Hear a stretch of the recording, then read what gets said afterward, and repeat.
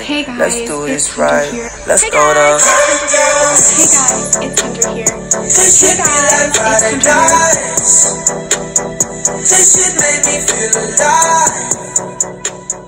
Guys, it's Hunter here. Welcome back to my channel for today's video. I hope you guys are excited for today's video. I know I am. So this is going to be the second episode of my most haunted place in blank. So today I'm going to be doing the most haunted place in Alaska. Last week I did the most haunted place in Alabama, so I'm going to link that down below if you want to check that one out. I am going to be doing every state in alphabetical order, so I hope you guys are excited for the weeks to come.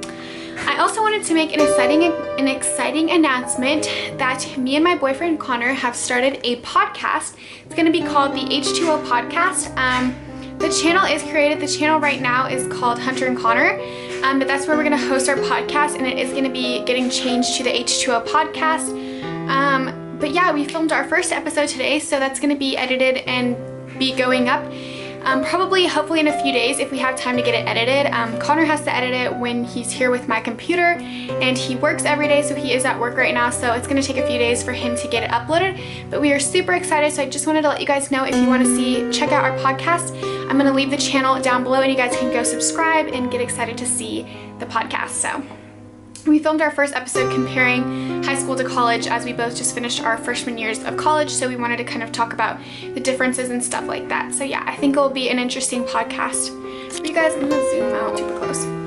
So today I'm going to be talking about the Hotel Captain Cook, which is located in Anchorage, Alaska. And whenever I research these videos, I'm always I just look up like most haunted place in Alaska, and obviously it pulls up a bunch of places. So I have to go through and kind of pick which one I really want to focus on. So I wanted to focus on the Hotel Captain Cook because it came up and it was a really pretty hotel that I kind of thought I would talk about. So once again, this is in Anchorage, Alaska. I've never been to Alaska, but if you've been to Alaska, let me know if you have been to this hotel down below, because I'm curious to know.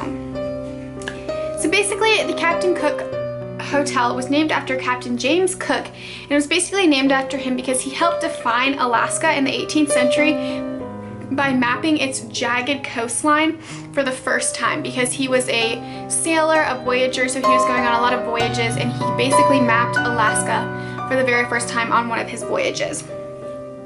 And so since 1964, this hotel has defined luxury Alaska. So when I think of Alaska, I don't think of like a high, like luxury place. I kind of feel more like a really cold kind of wintry vibe, woody, like foresty vibe.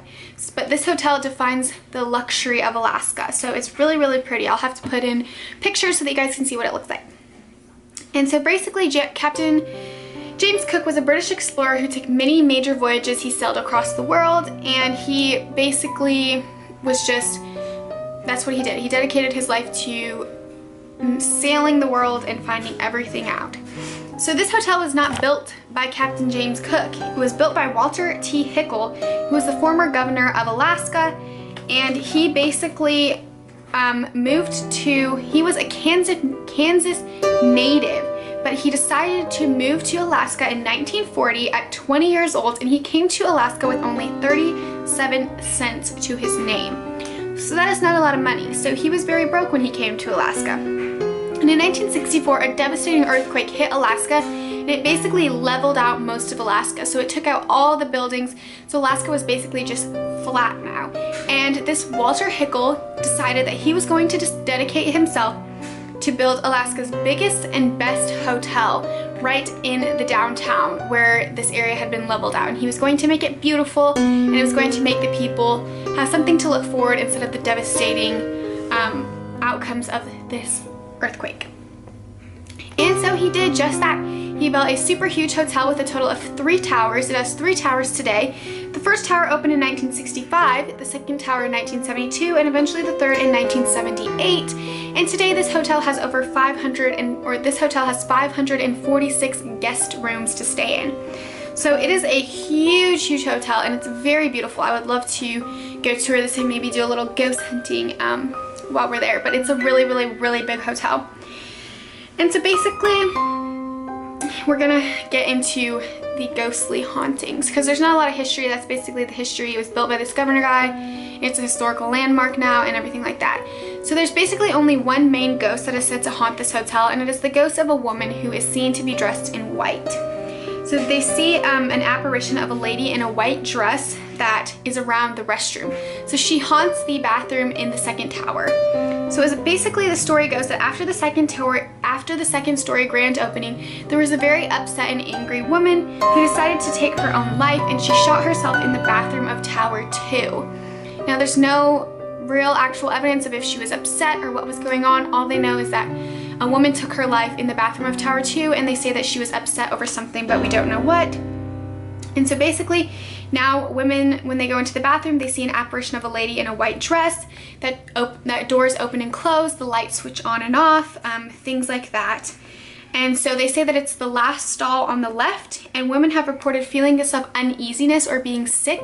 So when you take tour, like a ghost tour, you could go in the bathroom, and women would report feeling sick, feeling faint, and apparently the ghost does not like strong personality. So if you are a woman, you have a strong personality, you're like, I'm not scared, I want to go in, let's bring on this ghost activity, you go in, the ghost is not like that. So she will mess with you and make you feel uneasy, make you feel like you're gonna pass out and things like that. And apparently she'll get angry and will shake the walls, and when women were going to the bathroom, she'll grab their ankles while they're using the restroom. So that's terrifying. And they have now permanently locked that last stall. So the stall that she haunts, apparently there was a lot of activity going on, so they have locked that stall and you can no longer go into that specific stall. So that's pretty interesting. But yeah, that's about all the reports that I could find on this hotel. This may not be the most haunted place in Alaska, but this was a place that popped up in the most haunted places in Alaska, and I thought it was interesting. Even though there's only really one ghost story and it's not too much of a long story, I thought I would share it with you guys. So I hope you guys enjoyed hearing about the most haunted place in Alaska. Don't forget to check out me and Connor's podcast. The channel will be linked down below. And yeah, don't forget to subscribe and give this video a thumbs up, and I'll see you guys on my next video. Bye guys.